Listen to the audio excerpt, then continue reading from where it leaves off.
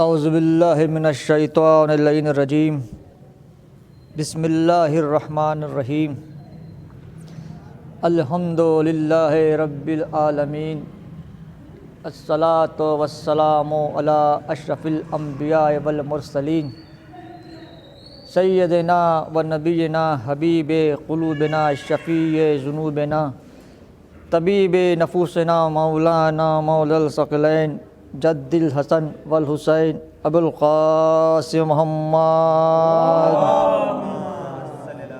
طیبین الطاہرین المعصومین المظلومین لعنت اللہ دائمۃ علی اعدائہم اجمعین بسم اللہ الرحمن الرحیم رب ارحمہما کما ربیانی صغیرا وقضی ربک الا تعبدوا البات پڑھ دیجیے ذرا.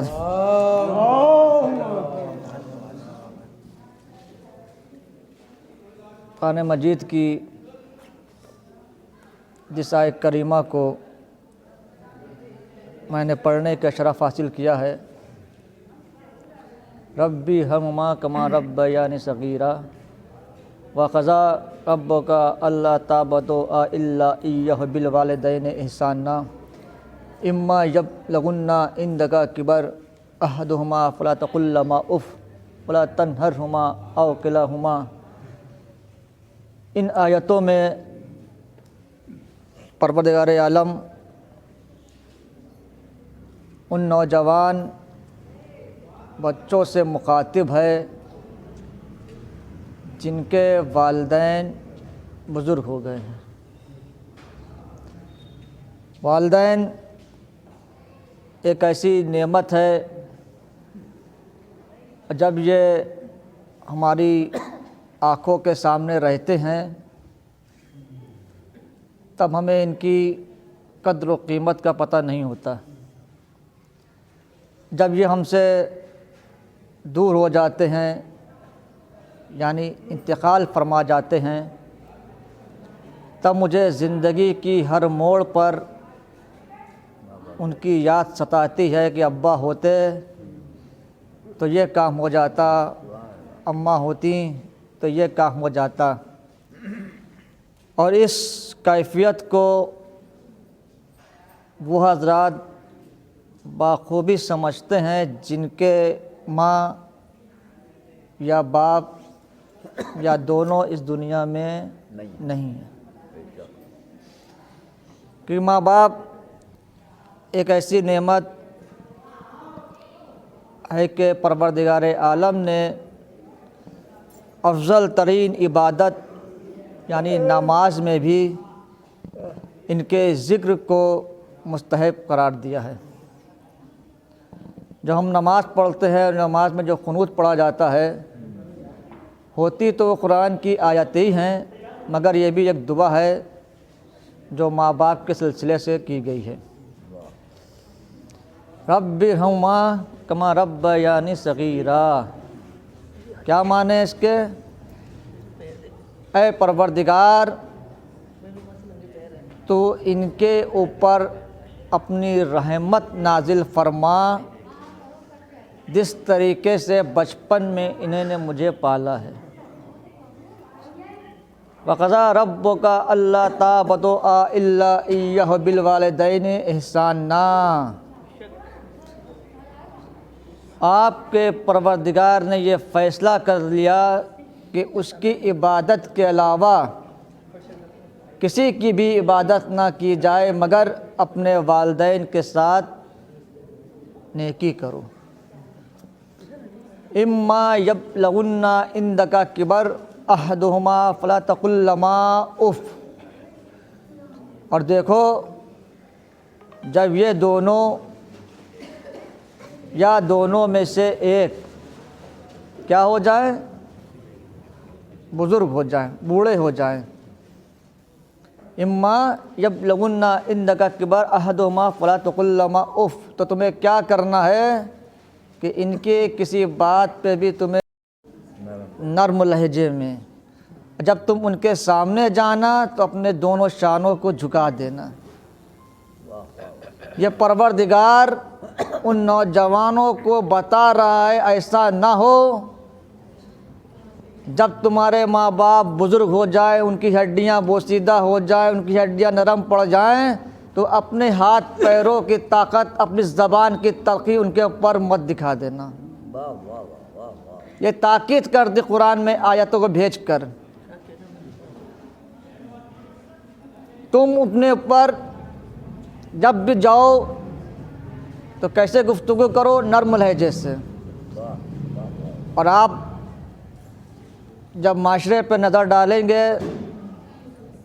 تو آپ دیکھیں گے کہ جہاں ماں باپ بزرگ ہو گئے ہیں، ان کی زبان میں لکنت آ گئی ہے، ان کی کانوں کے سماعتوں میں کمی آ گئی ہے، ان کی آنکھوں میں بینائی میں کمی آ گئی ہے۔ اب وہ جب بچپنے کی طرف پلٹ چکے ہیں اور وہ چھوٹی چھوٹی سی ضدیں کر رہے ہیں، وہ آپ کی بات کو سن نہیں پا رہے ہیں، وہ اپنی بات آپ سے کہہ نہیں پا رہے ہیں، تو ہم ان سے کیا کرتے ہیں؟ زبان درازی کرتے ہیں کہ ہم ان کے اوپر ڈانٹ دیتے ہیں، چلا دیتے ہیں، آپ کے کچھ سمجھ میں نہیں آتا ہے، ایک بات کو 10 بار کہتے چلے جا رہے، ابھی میں نے آپ کو یہ بتایا تھا، پھر آپ وہی بات کہے جا رہے ہیں۔ تو قرآن میں آیتیں بھیج کے پروردگار عالم نے خبردار کر دیا ہے، اتنی تاکید کر دی ہے کہ دیکھو اپنے والدین کے ساتھ تمہیں کیسے پیش آنا ہے۔ اور انسان کی بربادی کا وقت اس وقت سے شروع ہو جاتا ہے جب اس کے بوڑھے ماں باپ اپنے جوان بچوں سے اپنی کوئی خواہش ظاہر کرنے میں خوف زدہ ہو جاتے ہیں۔ ان کو ڈر لگتا ہے اگر ہم اس سے کچھ کہہ دیں گے چلانے لگے گا، ہم اسے کچھ نصیحت کریں گے تو مجھے پریشان کرنے لگے گا۔ خوف سے وہ اپنی خواہشات، اپنی کوئی چیز مانگنے کے لیے خوف کھاتے ہیں۔ کسی کو اگر مثلاً پان کھانے کی عادت ہے، وہ سوچتی ہے کہ اگر میں اس سے پان کے لیے 10 روپے بات کروں گا تو یہ جھڑکنے لگے گا، یہ چلانے لگے گا۔ تو آپ نے دیکھا ہوگا بعض تو فقیر ہوتے ہیں، لیکن بعض فقیر اس لیے ہو جاتے ہیں کیونکہ وہ اپنے بچوں سے پریشان ہو کے گھر بار چھوڑ کے چلے جاتے ہیں، پھر بھیک مانگ کر اپنا خرچہ چلاتے ہیں۔ پھر یہی بچے اپنے بوڑھے ماں باپ سے کہتے ہیں کہ آپ نے میرے لیے کیا کیا ہے؟ کیا کیا ہے؟ سنیے کیا کیا ہے۔ جس دن سے تم پیدا ہوئے ہو، تمہارے بوڑھے ماں باپ نے تمہارے خواہشات کے لیے اپنی زندگی ذاتی جینا چھوڑ دی ہے۔ تمہیں گرم ہوا سے بچانے کے لیے خود گرم ہوا کے تھپیڑوں میں کام کر کے پیسہ کما کے تاکہ تم ٹھنڈی ہوا میں رہو، تم کو ٹھنڈی ہوا سے بچانے کے لیے خود برفانی ہوا میں باہر کام کرتا رہا۔ جب اسے اپنے شہر میں روزی نہیں ملی تو وہ اپنے شہر سے دوسرے شہر گیا روزی کمانے کے لیے۔ جب اس کو اس شہر میں بھی روزی نہیں ملی تو پردیس کرنے تک مجبور ہو گیا۔ بیل کے کولے کے طریقے سے وہ محنت کر کے اپنی زندگی کا رس نچوڑ کر تمہاری ہڈیوں میں بھر دیا، اس لیے کہ تم مضبوط ہو جاؤ۔ خود کی ہڈیاں کمزور ہو گئی لیکن اس نے تم کو مضبوط کیا۔ خود کے چہرے پہ جھریاں پڑ گئی مگر تمہارے کو شباب دیا۔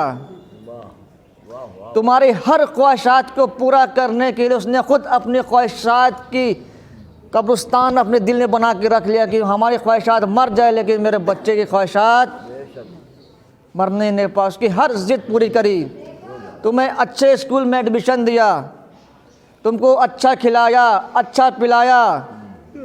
اس کے بعد جب وقت یہ آیا کہ وہ اپنی کوئی بات کہتے ہوئے تم سے ڈرتا ہے گا، اس کو ڈر لگتا ہے کہ تم چلانے لگو گے، وہ گھبرانے لگتا ہے گا، تو کیا کرتا ہے؟ اکثر وہ جاتا جب نماز پڑھنے تو گھنٹوں مسجدوں میں ہی بیٹھا رہتا ہے گا کہ گھر جائیں گے میری کس کو ضرورت ہے گی، کون پرسان حال ہے میرا پوچھنے والا، اگر جائیں گے تو کوئی نہ کوئی پھر تانے پڑیں گے، کھانسی بہت آتی ہے آپ کو، اب یہ آتا ہے، لیکن علاج نہیں ہے کوئی۔ تو رسول نے بتایا کہ والدین کا کیا احترام ہے۔ ایک شخص رسول اللہ کی خدمت میں آیا کہ رسول اللہ آپ جنگ پہ جا رہے ہیں کہ میں بھی چاہتا ہوں آپ کے ساتھ جنگ میں شامل ہوں۔ رسول اللہ نے کہا تمہارے ماں باپ زندہ ہیں؟ کہنے ہاں ماں باپ زندہ ہیں۔ کہنے بزرگ ہیں؟ کہنے ہاں بزرگ ہیں۔ کہ جاؤ اپنے ماں باپ کی خدمت کرو، گویا تمہیں جنگ کا ہی ثواب مل رہا ہے۔ صلوات پڑھ دیجیے ذرا۔ کہ ماں باپ ایک نعمت ہے، جب نعمت سامنے ہے تو ان کی قدر کریے، لیکن جس دن نعمت رخصت ہو جائے گی کہ ماں باپ کی بد دعاؤں سے بھی بچیے۔ معصوم کہتے بہانے ڈھونڈو، اپنے ماں باپ کو خوش کرنے کے بہانے ڈھونڈو کہ کس طریقے سے ہم ان کو خوش کر سکے، لیکن ہم بہانے ڈھونڈتے کس طریقے سے ہم ان کو تنگ کر سکیں۔ کوئی بات نکلی تو فٹ سے شروع ہو گئے۔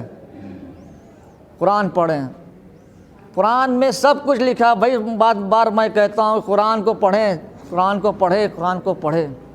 یہ قرآن پڑھنے سے اس طریقے سے پڑھنے کا حق ہے گا۔ تو پھر معصوم کہتے ہیں کہ ایک شخص جس کے ماں باپ بزرگ تھے، تو وہ اپنے ماں باپ سے ضد کر رہا تھا کہ میں رسول اللہ کی زیارت کرنے کے لیے مدینے جانا چاہتا ہوں۔ تو اس کے ماں باپ منع کرتے ہیں کہ نہیں، تم زیارت کرنے نہیں جاؤ گے۔ انہیں اس بات کا خوف ہے ایسا نہ ہو کہ یہ مدینے میں جائے، وہاں نورانی ماحول مل جائے، وہ اچھے لوگ مل جائیں، اگر وہ وہیں ٹک گیا تو میری بزرگی کا سہارا جو بنا وہ کیا ہوگا؟ مجھے دوا کون کھلائے گا؟ مجھے کھانا کون کھلائے گا؟ میرا خیال کون کرے گا؟ اس خیال سے اس کو جانے نہیں دے رہے ہیں۔ جب بہت اصرار کیا تب ان کے ماں باپ نے اتنی سی اجازت دی کہ ایسا ہے جاؤ، مگر تم گھوڑے سے اترنا نہیں۔ وہ گیا، مدینے سے دور رہنے والا تھا، آیا مدینے میں پتہ پوچھ رہا ہے رسول کا گھر کون سا ہے۔ تو کسی نے کہا ادھر ول چلے ادھر چلے۔ جب گھر پر پہنچا تو گھوڑے پہ بیٹھا ہوا ہے اور وہیں سے آواز دے رہا ہے رسول اللہ۔ تو خبر ملی کہ رسول اللہ مدینے میں نہیں ہے۔ تو لوگوں نے کہا ایسا وہ گئے میں 2 دن کے بعد آئیں گے، آپ 2 دن قیام کر لیے۔ کہتے نہیں مجھے ابھی ملنا ہے گا، وہی نہیں وہ چلا جاتا ہے گا۔ تو لوگ کہتے ہیں کیسا پاگل انسان ہے گا، اتنی دور سے سفر کر کے آ رہا ہے، چہرے پہ سب اس کے گرد و غبار جمع ہوا ہے، اس کے باوجود تو زیارت کرے بغیر چلا جا رہا ہے گا۔ وہ چلا گیا۔ جب 2 دن کے بعد رسول آئے تو رسول نے پہلا سوال کیا، مجھے اپنے دوست اپنے صحابی کی خوشبو محسوس ہو رہی ہے، کیا میرا دوست اویس آیا تھا؟ کیا میرا صدیق اویس آیا تھا؟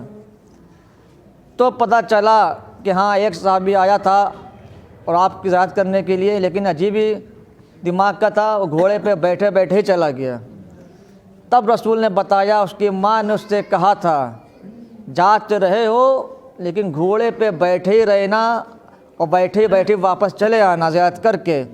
میری زیارت نہیں ہوئی لیکن میں اویس کے کہتا ہوں تم اپنے والدین کی زیارت کرو، گویا تم میری زیارت کر رہے ہو۔ صلوات پڑھ دی جائے ذرا، ثواب وہی مل رہا ہے گا۔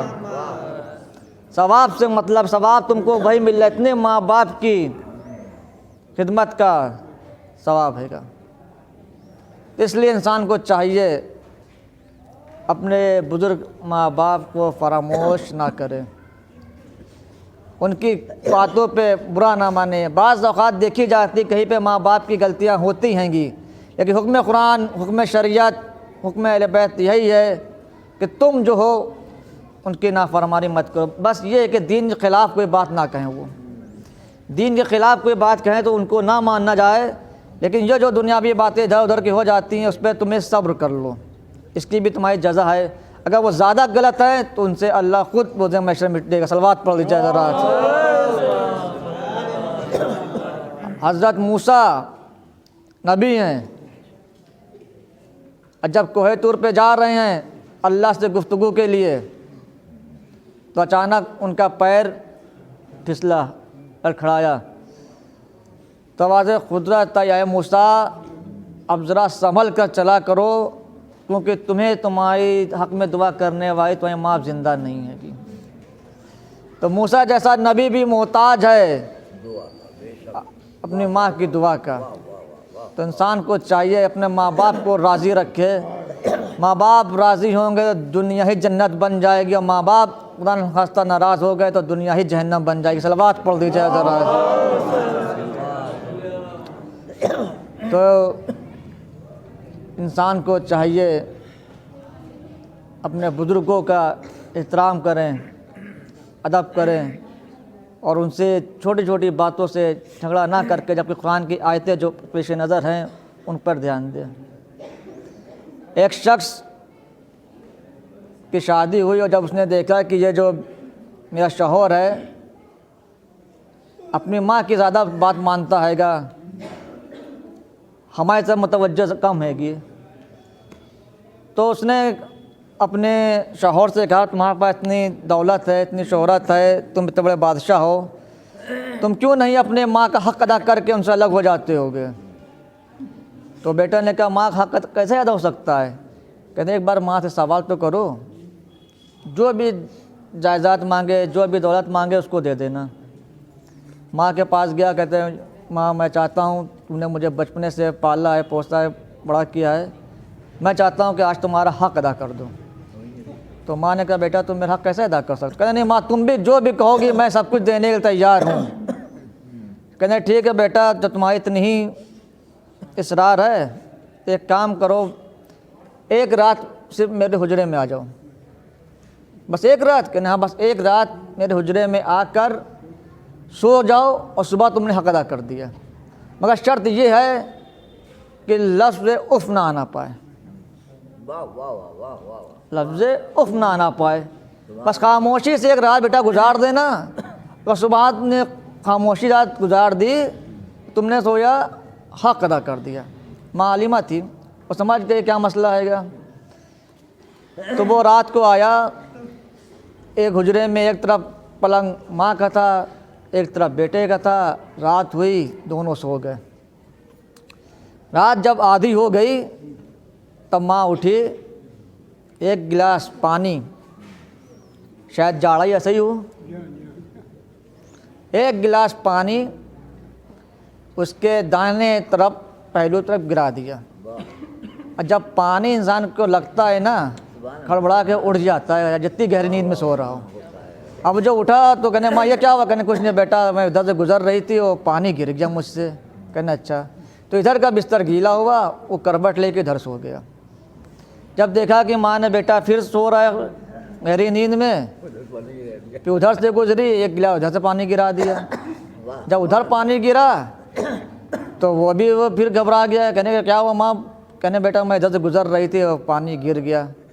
اسی طریقے سے 2-3 چکر پانی گرا اور رات اسی کی میں تم ہوتی رہی، تو صبح ہونے سے پہلے ہی وہ چلاتا ہوا، بکتا ہوا، جھڑکتا ہوا، ماں کو برا بھلا کہتا ہوا حجرے سے نکل گیا۔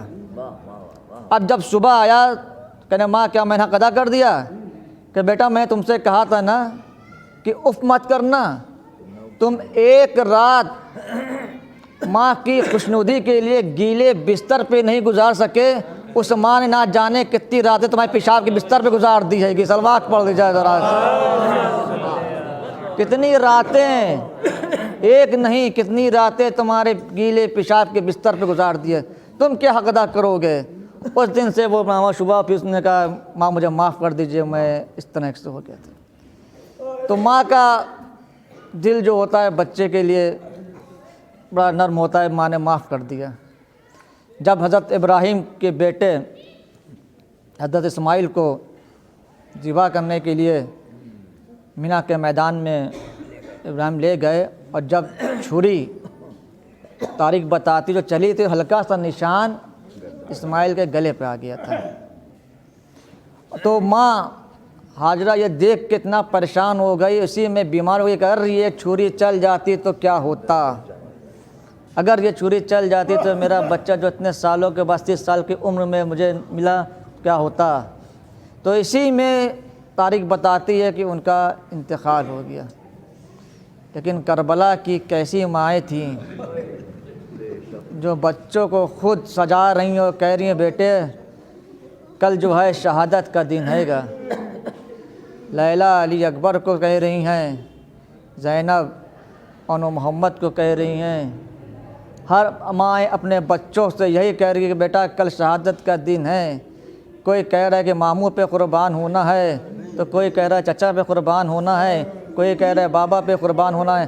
ہاں زادارو, عاشور کا دن آیا, ساری شہادتیں ہوئیں, اور جب یہ لٹا ہوا قافلہ کربلا سے کوفہ, کوفے سے شام کی راہ جا رہا تھا, اور جس نیزے پہ امام حسین کا سر تھا وہ نیزہ زمین پہ نصب ہو جاتا ہے, نیزہ آگے نہیں بڑھتا. قافلہ رکا تو شمر کہتا ہے کیا بات ہے, قافلہ چل کیوں نہیں رہا ہے, تاخیر کیوں ہو رہی ہے؟ تو کسی نے بتایا جس نیزے پہ سر امام حسین ہے وہ نیزہ زمین میں نصب ہو گیا ہے, وہ آگے نہیں بڑھتا. شمر کہتا ابھی میں کچھ کا علاج کرتا ہوں. وہ تازیانہ ہوا میں ہلاتا ہوا اس جگہ پہ پہنچا جہاں میرا بیمار امام ہاتھوں میں ہتھکڑیاں, پیروں میں بیڑیاں, گلے میں خاردار لیے ہوئے ہے, تو وہاں پہنچتا ہے اور عابد کے پشت پہ تازیانے مارنا شروع کرتا ہے. کہتا ہے سید سجاد اپنے بابا سے پوچھو آگے کیوں نہیں بڑھتے,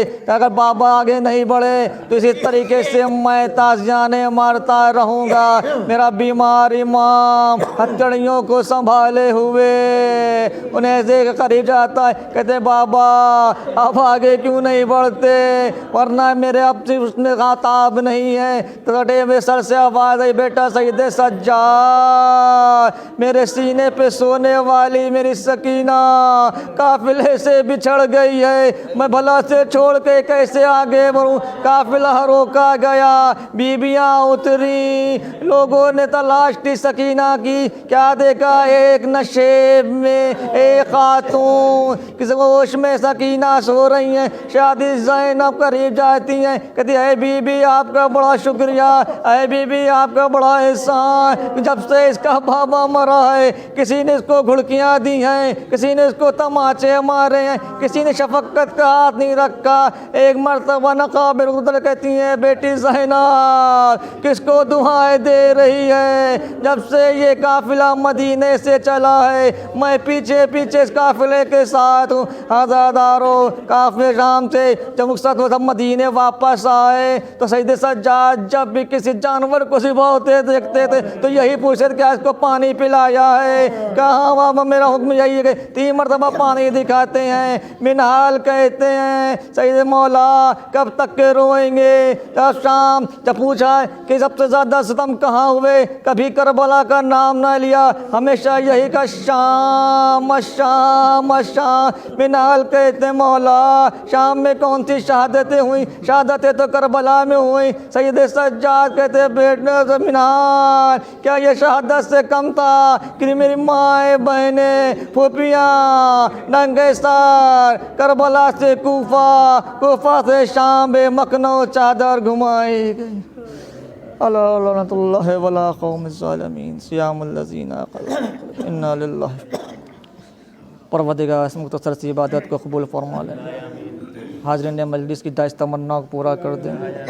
ہم میں سے جو بیمار حال ہو ان کو شفاء کل عطا فرما, جو پریشان حال ان کی پریشانیاں دور کر دے, جو بے روزگار ان کو روزی عطا فرما, جو روزی روزگار کر رہے ان میں خیر و برکت عطا فرما, جو بھی حج و زیارت کے مشتاق ان حج و زیارت سے مشرف فرما, جنت البقیع کی جلد سے جلد تعمیر ہو جائے. جو بے اولاد ان کو صاحب اولاد بنا. دعا میں دعا یہ ہے کہ ہمارے امام زمانہ کا جلد سے جلد ظہور.